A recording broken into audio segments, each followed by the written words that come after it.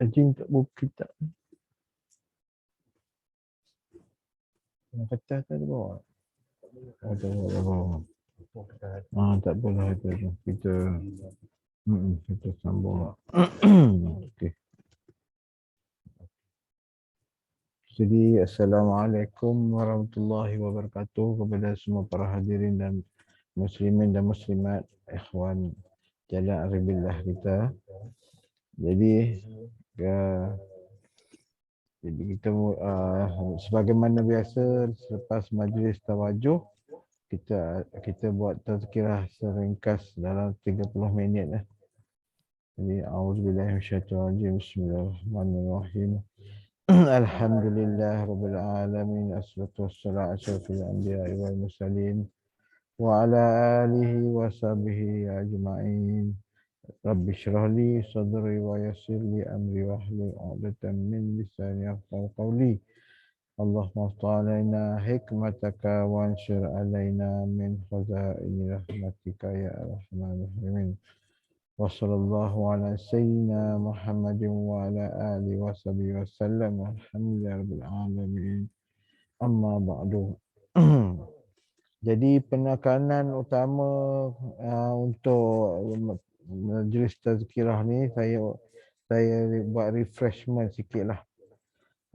Kepada ahli sahabat baru yang baru menghadiri kan. Yang baru menghadiri majlis ni, kita ucapkan selamat datang dan selamat beramal lah. Jadi tujuan majlis zikrullah khatam tak disebut sebagai khatam tawajuh adalah untuk menghimpunkan amalan-amalan zikir khususiah yang kita buat di rumah. Maknanya dia punya himpunannya di dalam majlis secara berjemaah. Juga dikatakan majlis zikir tawajuh ini sebagai rutin menguatkan kembali rohani kita. Yang mana kita duduk di alam luar kan. Alam ajsam yang mana pelbagai mukaranah dunia, pelbagai masalah duniawi. Wa imma dari segi sudut pekerjaan, dari sudut suasana harian, dari sudut keadaan rumah tangga. Jadi kita bercampur-campur kan. Jadi bila kita duduk dalam mukaranah, maka kadang-kadang kekuatan rohani kita telah berkurangan lah.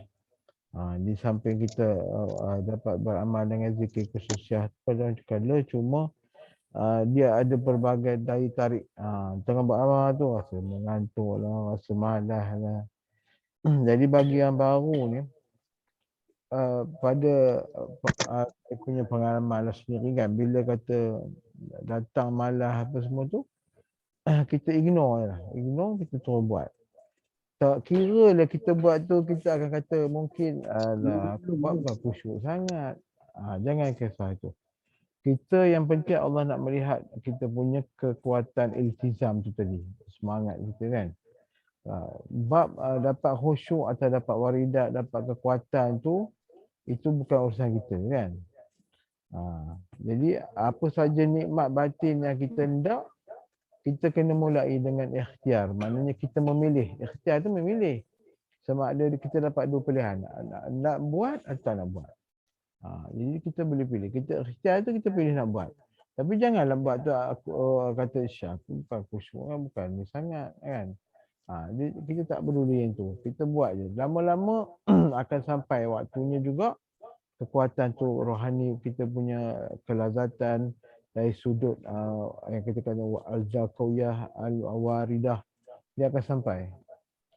Daripada situlah terbitnya pelbagai hal. Dia katakan hal yang baik-baiklah. Sifat-sifat hal yang baik seperti tinggi cita-cita, maknanya keseronokan untuk beramal. Kadang-kadang tengah kita nak solat zuhur contoh kan, keseronokan nak beramal untuk selepas solat zuhur tu kita dah ada dah. Sebab apa, kita ada rutin. Lepas tu tengah solat, kadang-kadang tengah solat zuhur dah teringat-ingat nak solat asar. Dia macam tu. Lepas solat asar kadang teringat-ingat nak solat maghrib. Dia begitu keadaan dia. Pusing.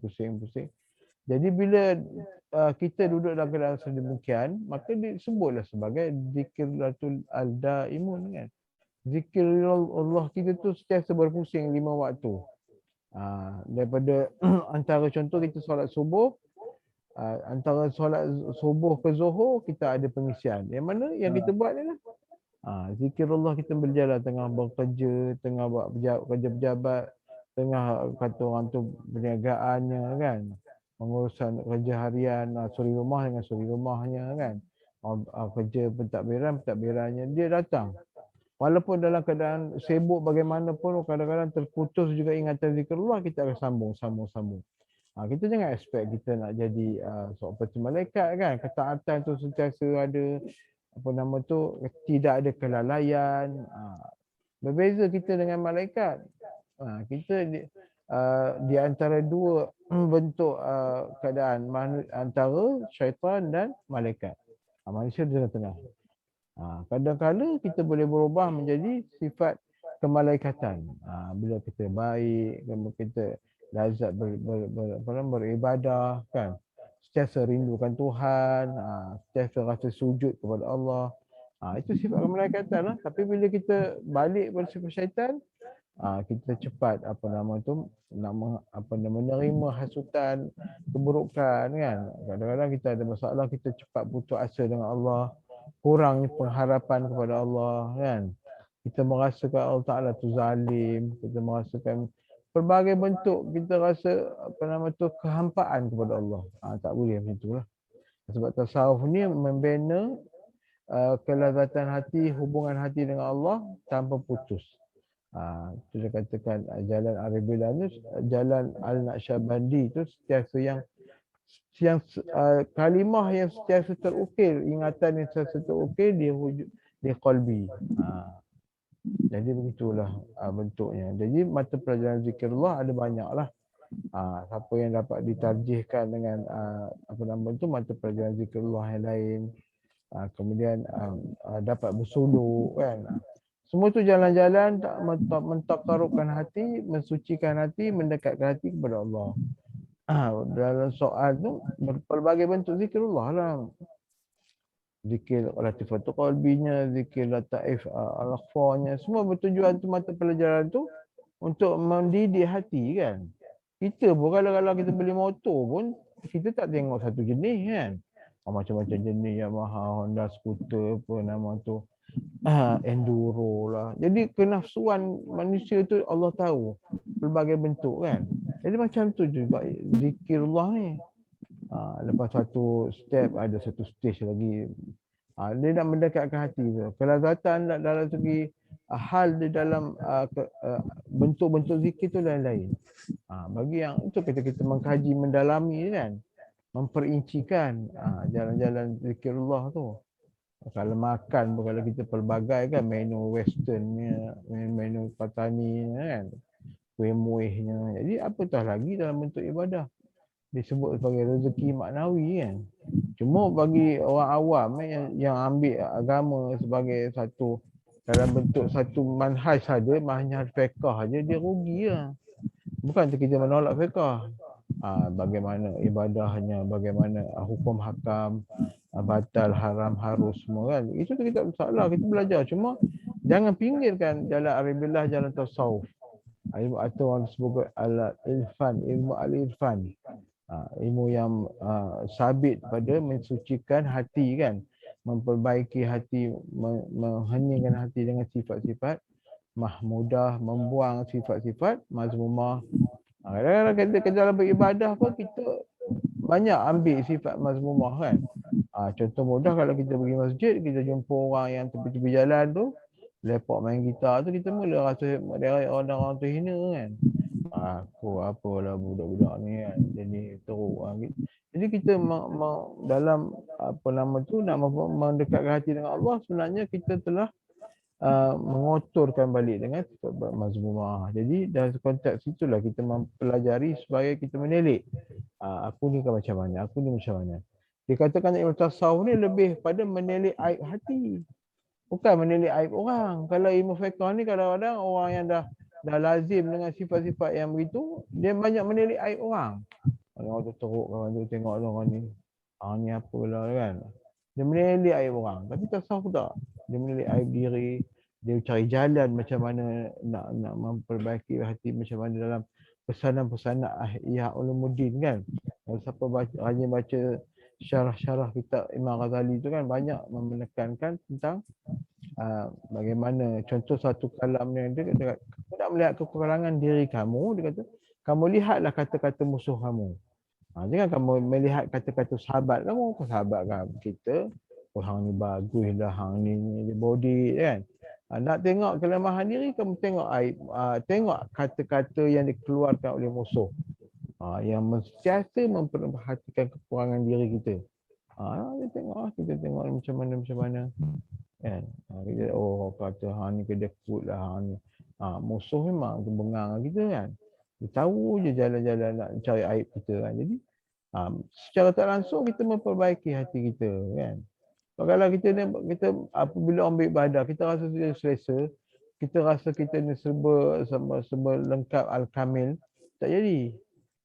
Dia tak ada. Dia jangan kita perasaan-perasaan kan. Biarlah kita rasa permulaan tadi tu masuk dalam makam taubat, kita merasa kehinaan diri, kefakiran diri, banyaknya dosa kan. Begitu permulaan kan. Sama juga dengan zikir khususiyah tu. Maknawinya istighfar tu astaghfirullah. Waktu kita tunduk astaghfirullah tu rasa kehinaan diri kita ni berdosa dengan Allah dah banyak. Astaghfirullah. Lebih kalau istighfar tu tak ada masalah. Lebih dari 7 kali, 15 kali, 100 kali. Buat di rumah nanti macam tu. Semua itu dia maksud dia. Jadi kita sentuh sikit lah. Kalam-kalam nasihat daripada Syekh Abdul Atta'illah Askandari kan. Teman tak bawa spek pula lah. Boleh kita tengok. Sampun sah.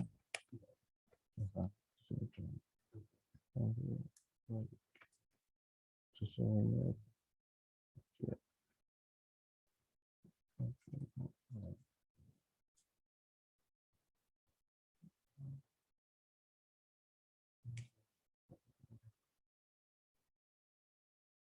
Okey, kita ambil ni simple lah. Okey, kalam Al-Hikam yang ke-62 dia sebut, sesungguhnya Tuhanmu memberikanmu akan warid, yakni ilmu pengetahuan dalam bentuk rasa, dalam perasaan hati, yang ada di dalam hatimu, sehingga mengenal dan merasa benar-benar akan kebesaran kurnia rahmat Allah. Hanya semata-mata supaya engkau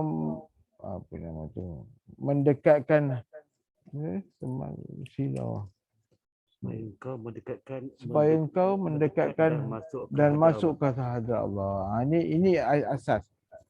Kalam ni betul-betul asas. Maknanya apabila kita duduk di dalam jalan ni, kita dah diberikan Allah Ta'ala kurnia dan bentuk rasa hati. Kalau kita tengoklah apa jua masalah yang timbul atas dunia ni, yang terbaru apa nama tu, Rusia menyerang Ukraine lah, apalah. Tak kira lah perang dunia yang lepas-lepas adalah daripada hati lah. Keadaan bentuk hati tu pelbagai kita tak tahulah. Kalau yang baik, baiknya. Kalau yang buruk, berlapis-lapis buruk kan. Sehingga kejam membunuh orang kan. Mana hati lah ibu dia. Raja segala tubuh kan. Jadi di jalan-jalan Aribillah ni, kita menjalankan ketaatan supaya Allah Ta'ala mengurniakan hikmah-hikmah rahsia perasaan ke dalam hati kita kan. Daripada jenis rungsin, daripada jenis masalah, daripada serabutnya, diberikan ketenangan al-sakinah kan. Duduk dalam nafsu mutmainnah.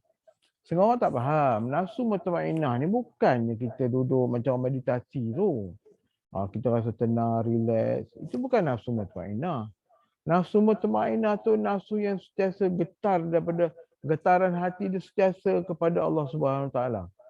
Kan? Jadi getaran hati apabila ada pertautan hati dengan Allah Subhanahu Wa Taala. Jadi Allah menjadikan hati dia duduk di dalam satu suasana ketenangan yang mana tidak diberikan kepada umat-umat yang engkar kepada dia kan. Bentuk-bentuk hikmah hati ni macam-macam lah. Antaranya al-mufrad, al-ifrad, maknanya merasakan keesaan Allah semata-mata. Kemudian merasakan apa nama tu al-him, dia santun dengan manusia. Semua daripada situ adalah teladan daripada Rasulullah SAW.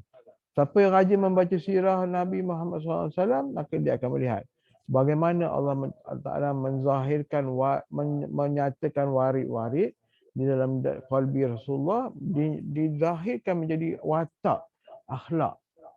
Kan? Macam mana warid Rasulullah, macam mana yang menyebabkan dia boleh menyuap makanan kepada seorang tua Yahudi yang memakai hamun dia. Itu tuan fikir tak macam mana? Apa benda dalam dada Nabi yang boleh menyebabkan dia jadi kesian kat orang tua tu. Kalau kita orang maki kita kan, tambah orang Yahudi kata, aku menampak orang kena seliang kan. Tapi batin Rasulullah tu sendiri menjadi orang yang sabar, yang kasih, sifat dia kasih yang tak dapat digambarkan kasih sayang dia kan. Bagaimana dia melihat satu budak, waktu tu hari raya Rasulullah balik daripada masjid, kemudian berjumpa dengan budak yang bajunya buruk, compang-camping main tanah apa semua kan, macam orang tak sambut raya. Rasulullah dah tengok budak tu, tanya anak siapa, dia kata anak sekolah-sekolah. Rupanya Rasulullah tengok anak tu seorang yang telah kematian bapa lah, mana dah mati syahid kan. Jadi anak budak kecil tu tak ada belayan siapa-siapa. Kan main terbiar seorang-seorang, hari raya pun tak ada diraikan. Rasulullah ambil, jom ikut. Dia kata, tak kamu jadi anak kepada Rasulullah SAW. Budak tu tak kenal kan. Tak kata, jom ikut saya, kata contoh kan. Dia ikut lah. Balik tu, dia mandikannya Rasulullah budak tu. Dia belai, dia bagi kepada isteri Nabi, suruh cuci budak tu, mandi kan, pakaikan pakaian baru. Rupanya baru dia kata sebenarnya akulah Rasulullah. Namanya seronok budak tu jadi anak angkat kepada Nabi kan. Jadi bagaimana sifat kasih dia tu boleh jumpa budak bawa balik kan. Macam kita lah, kadang-kadang kita mungkin tak mampu bawa budak apa semua. Kau tentu ada sifat kadang-kadang di kalangan kita, tengok kucing teruk apa kita bawa balik bela. Itu pun satu bentuk akhlak Nabi sebenarnya. Kan tak bawa kucing bela apa, tengok dia tepi jalan terhoyang-hayang. Ataupun perempuan tu tuan beli makanan bagi. Itu sifatlah, sifat kebaikan yang dizahirkan Allah Ta'ala hasil daripada qalbi kita. Yang itulah kita nak, kita menjalankan taatan dalam beramal dengan zikir khafi ni, mencuci qalbi, latifatul qalbi, latifatul ruh, berbagai bentuk keadaan dada dalam ni, mensucikan daripada sifat bahimiah, sifat binatang ternak dan binatang ganas, sa'ubiyah. Kita keluarkan semua benda tu, menjadi kita hati yang jinak dan gemar kepada jalan-jalan mentaati Allah Ta'ala dengan sungguh-sungguh, dengan ikhlas, mukhlisin. Jadi bukanlah kita beramal agama ni atas dasar plastik, atas dasar kulit, sekadar nak mempamerkan pada orang, aku ni Islam, aku ni apa, aku ni duduk dalam parti Islam begitu begini. Kita tak nak macam tu, bukan. Itu bukan nak plastik-plastik dengan manusia lain ni. Jadi itu. Berapa minit Anik mana? Ya, baik. Cuma Haji bacalah yang tu. Jadi seorang tukang baca pun bagus. Spek tinggal rumah. Yang ke bawah. Cukup. Allah memberikan kepadamu warid itu semata-mata untuk menyelamatkan engkau dari cengkaman benda-benda dan membebaskan dari perhambaan segala sesuatu selain Allah. Jadi di sini Allah Ta'ala mencurahkan ke batin kita ni supaya kita merdeka sebenarnya. Merdeka jadi hamba duit, merdeka daripada hamba-hamba harta benda, merdeka dari segala benda-benda yang membawa kelalaian kepada selain jazbah Allah Subhanahu Ta'ala. Jadi bukan bermaksud kita nak zuhud, kita tak pakai duit, kita tak pakai harta, tak.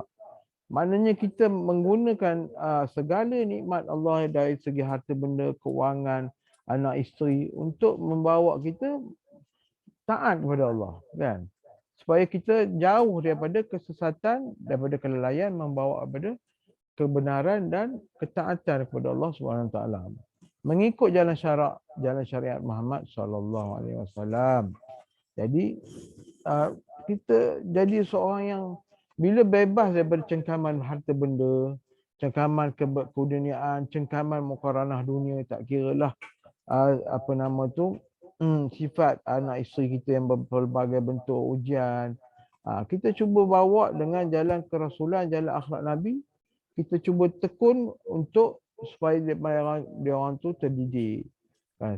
Kita duduk hati kita terdidik, tak kira lah kita apa nama tu membawa anak isteri kita ni dipesan oleh Muhammad SAW supaya membawa kita terhindar daripada seksa api neraka.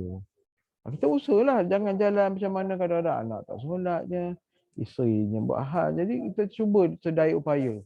Kalau dia orang masih lagi berdegil, kita serah pada Allah. Mengadu kita kuat, mengadu kepada Allah. Jangan kita kuat mengadu kepada manusia. Kalau kita masih bergantung harapan kepada manusia, jadi Allah akan cemburu sebenarnya. Bila Allah cemburu, Allah akan menjadikan kita susah dan menjadikan kita kurang pengharapan pada manusia.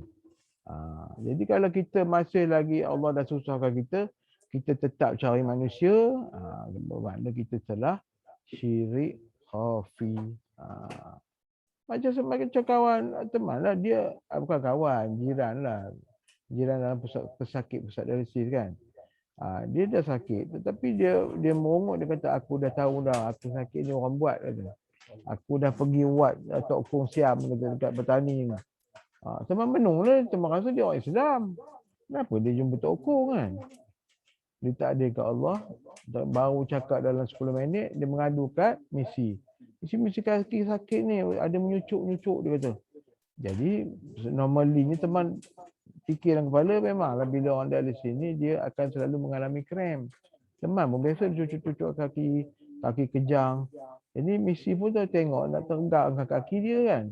Tengah urut sapu minyak nak urut kaki bagi dia kaki tegak balik. Dia dah senyap. Dia tak berungut dah, dia senyap.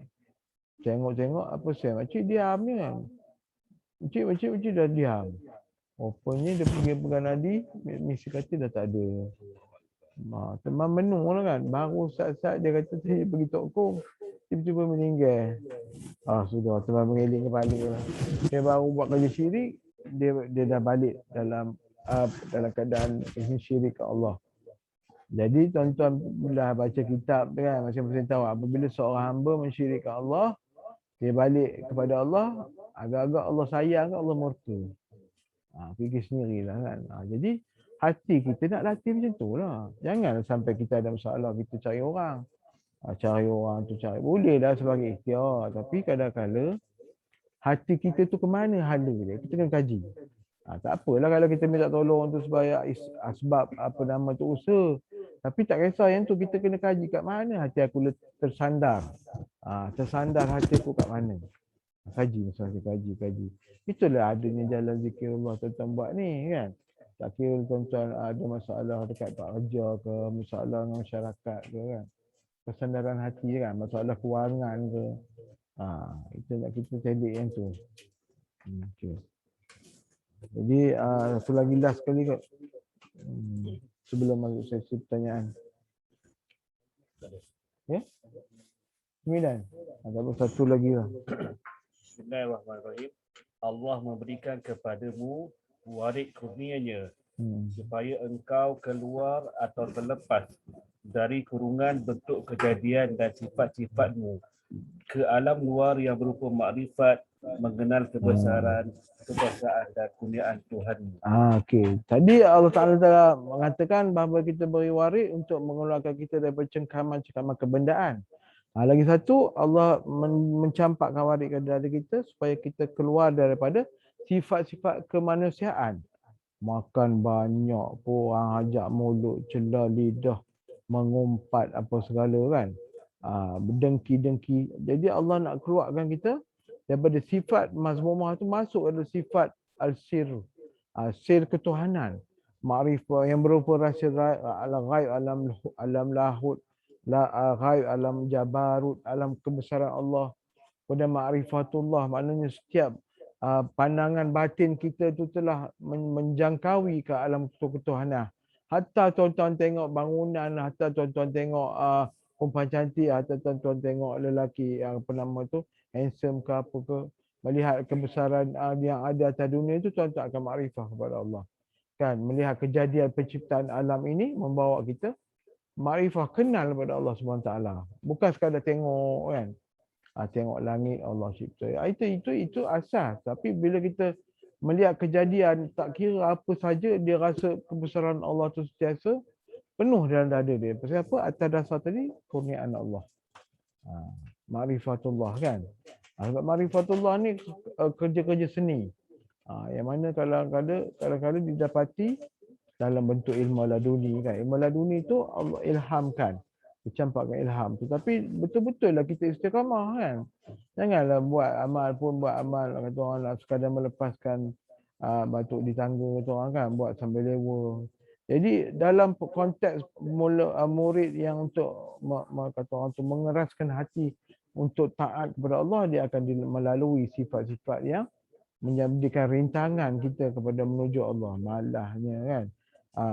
Bisikan syaitannya, tak payah kamu buat pun, bukan kamu nak jadi wali pun. Macam-macam bisikan. Sebenarnya pengertian wali tu pun, wali Allah ni pun banyak orang salah faham. Dia merasakan bila mendapat karamah-karamah yang hebat-hebat, boleh terbang ke, boleh pandang tembus, dia rasa dia dah wali lah. Bukan. Sebenarnya kewalian tu maknanya disebut wali tu sebagai wakil. Apa dah kita kat sekolah dia, kalau orang nak menikah mana wali dia kan? Mana wakil kepada pengantin perempuan. Sebenarnya wali tu dalam bahasanya wakil kepada Allah. Bukan makna dia kata wali Allah di dunia ni, wakil tanda kebesaran Allah di dunia. Bukan bermaknanya dia wakil Allah pula untuk membuat sesuatu, tak. Dia menjadi tanda kebesaran Allah di dunia kan. Kadang-kadang awal ulama sufi telah melihat memperincikan wali autad macam ni, wali kutub macam ni, wali abdal macam ni. Tugas-tugasan dia. Mana kecenderungan wali Allah tu dalam wilayah dia.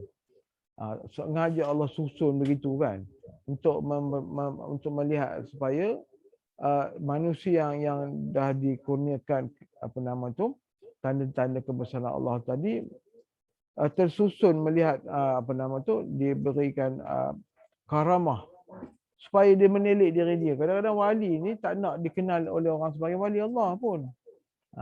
Dia lebih kepada sifat dia memberi rahmat kepada manusia.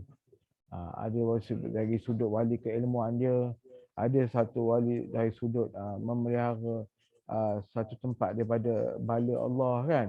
Yang kadang-kadang wali tu dia mahir dalam apa nama tu menjaga air, nasib air daripada membinasakan. Ada wali Allah yang tugasan dia memelihara laut kan, macam Nabi Hidir. Daripada apa nama tu laut tu menjadi meliah apa nama tu menjadi asbab gembala kepada manusia kan. Macam yang terbaru lepas menjadi tsunami kan. Itu mana telah Allah kata perintahkan apa nama tu yang memelihara laut tadi melepaskan tugas dia, Allah akan perintah pula laut tu membinasakan. Jadi kalau bahasa kampungnya lah, seorang wali itu menahan bala Allah. Dia sentiasa beramal ibadat, mendoakan umat kan. Jadi itu tugasan dia menjadi penahan. Kalau kita melihat gunung-gunung kan menjadi penahan daripada angin-angin yang kuat. Begitu dengan wali Allah, bukan sonok-sonok ni wali Allah tak. Ada wali Allah mendidik kan. Kalau kita tengok yang dalam kitab 7 Wali Melayu, siapa ada baca kitab, berbagai bentuk karamah kan. Dia orang tu bukan maknanya bila beramal, buat baik, sedekah, berzikir, berjalan taqarrub kesufian, bukan niat jadi wali dah. Dia beramal, buka pondok apa semua kan. Tapi disebabkan takluk kasih sayang Allah kepada seseorang tu, dia menaikkan makam hati dia menjadi kekasih, jadi wali Allah. Jadi wakil kepada Allah. Menyebarkan kan kebaikan-kebaikan kan. Jadi salah skop orang tentang wali pun salah. Saya boleh berjalan atas je wali kan. Itik nela pun pandai berjalan atas kan. Apa ni kan. Jadi itulah, jadi kita kena luaskan pemikiran kan, fikrah kita sebelum ni. yang mana mungkin tersasar kan, tak apalah, kita duduk dalam majlis ilmu kita dapat sikit sebanyak. Jadi dah berapa minit? Jadi peluang 3 minit ni sama-sama kita apa nama tu? Tak lah. Untuk mengutarakan soalan apa tu kan. InsyaAllah. Bagi yang baru yang lama pun okey lah, mana-mana boleh sama-sama bagi pertanyaan yang sebagai kawan-kawan boleh dapat kan. Sila.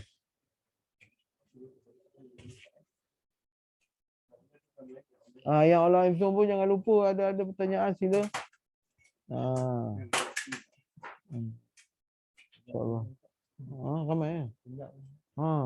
Dah bawa ukuh lah. Dia dah diam. Dia. Yang online tu kalau boleh datang depan kalau boleh ya. Kian tak ada setuju.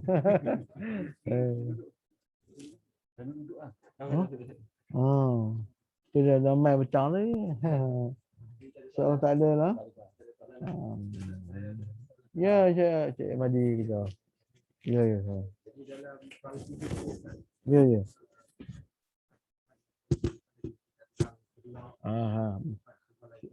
Tentang ganah kan. Bila tu untuk kita macam binatang ternak tu untuk kita padam kan, kita jinakkan tu macam-macam. Okey, baik. Jadi kalau kita perhatikan martabat nafsu kan, nafsu amarah, nafsu lawamah, nafsu muhilmah, nafsu mutmainah, nafsu kamiliyah, nafsu radiyah, nafsu kamiliyah. Jadi lila ta'af yang kita kaji dalam suluk nanti ya, dalam suluk kita akan kaji. Dia akan membenamkan sifat-sifat yang ada kita tadi, sifat binatang ternak, sifat binatang ganah, sifat kedekut kan, sifat akhfar, sifat meletak kepergantungan kepada selain daripada Allah, dia akan automatik. Itu dalam silibus suluk tu diberi penekanan. Dalam suluk kita buka lebih halus. Jadi bila kita beri penekanan, dia akan convert daripada sifat tadi kita binatang ternak tu menjadi yang halus akhlaknya. Dia ada istilah dia lah. Dia akan convert. Yang baik isa'um biah pula, yang keganasan akan jadi baik, jadi santun. Dia akan convert. Jadi tuan-tuan jangan ingat orang duduk suluk tu dia cuci zikir je. Dia boleh berzikir, dia akan convert, dia akan upgrade. Daripada convert jadi nafsu yang terdidik, dia akan naik daripada nafsu lawamah, upgrade dengan nafsu mutmainah. Minimum nak masuk syurga kena ada nafsu mutmainah. Padahal Allah tak sebut tadi ya ayuhan nafsu mutmainah. Allah tak sebut ya ayuhan nafsu amarah. Amarah get out loh, get lost. Dia tak dia jemput. Jadi kita nafsu kita ketenangan tu sentiasa ingat Allah dan tenang. Semua dalam Quran menyebut sesungguhnya hati yang mengingat Allah akan tenang. Jadi tanda orang yang tenang dia ingat Allah. Hati yang tenang hati ingat Allah akan tenang. Dia dua tu je. Tapi cuma jalan lah, masing-masing jalan lah. Kaedah masing-masing kan. Macam orang ahli masjid cakap ahli masjidnya, ahli apa nama tu sentiasa istimewa Al-Qurannya kan. Jadi tak ada kadang-kadang Allah Ta'ala memang menjadikan tu sebab dalam 7 golongan manusia yang mana semua dinaungi. Antaranya orang yang diajak berbuat maksiat oleh perempuan, dia elak, dia pun ahli syurga. Orang yang duduk waktu mudanya di masjid, itu pun ahli syurga. Jadi kekuatan dalam disebut dia adalah berbagai bentuk sifat-sifat ibadah manusia. Mana ada orang sempurna? Dia teror puasa, dia teror solat, dia semua dia juara kan. Tak jadi, mesti ada salah satu bentuk satu kekuatan kat dia. Contoh dia puasa, dia suka puasa je, dalam zikir pula dia kurang. Sejak orang tu minat zikrullah je. Dia pelihara hati dia mungkin bab mengaji dia kurang pula, tajwid tak pandai apa. Dia ada macam tu, mesti macam tu. Bukan mestilah selalunya lah kan. Dia jarang. Kalau pergi masjid, dia mungkin dalam bidang lain dia lemah kan. Bersedekah mungkin kurang. Macam itulah. Berbuat baik apa semua apa nama tu, mungkin dia kurang. Zakat masa dia tak ada duit banyak kan. Ada orang boleh berzakat. Dia macam itulah keadaan dia. Jadi bila kita duduk melalui tu dalam jalan soleh ni, automatik dia akan menzahirkan sifat yang buruk tadi kepada sifat yang baik dan dia menyebarkan rahmat tu kepada alam masyarakat dia. Dalam keluarga lah. Kalau dia jadi penghulu, sebagai kampung wilayah penghulunya kan, dia macam tu. Maknanya dia akan bantu pelajaran kita ni lah, membantu apa yang pertanyaan dari Makcik Madi tadi. Alhamdulillah.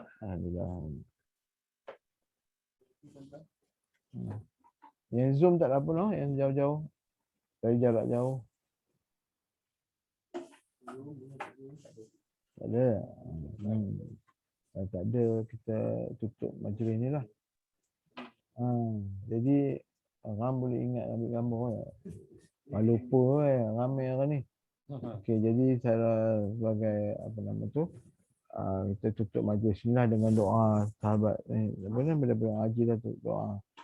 Penutup majlis lah lebih kurang apa yang sebagai kata orang tu, memohon kepada Allah sebagai majlis ini mendapat rahmat Allah Ta'ala dan dikekalkan rutin kita ni supaya tidak putus semangat untuk sentiasa menghadiri majlis tahajud.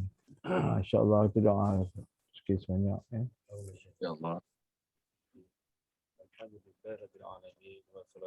Amin ya Allah. Amin. Astagfirullah.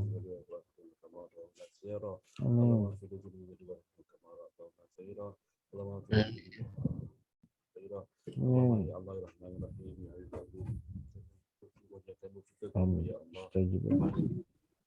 Pinjaman kami nikmat berkumpul bersama-sama bertawajuh sama ada secara berdepan dan online ya Allah. Amin. Rahmat-Mu ya Allah. Kurniakan kami supaya dapat kami sentiasa dapat istiqamah. Amin.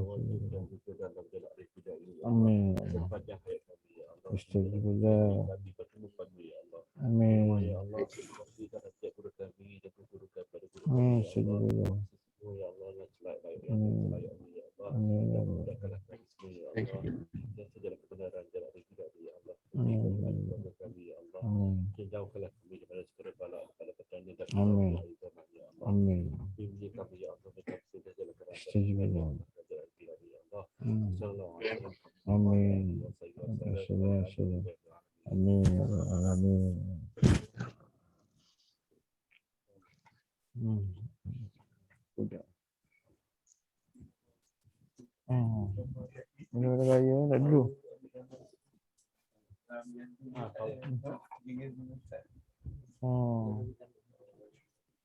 Kamera boleh ajar kamera melentang ni ya, lelaki ya. Buat melentang itu kita buat.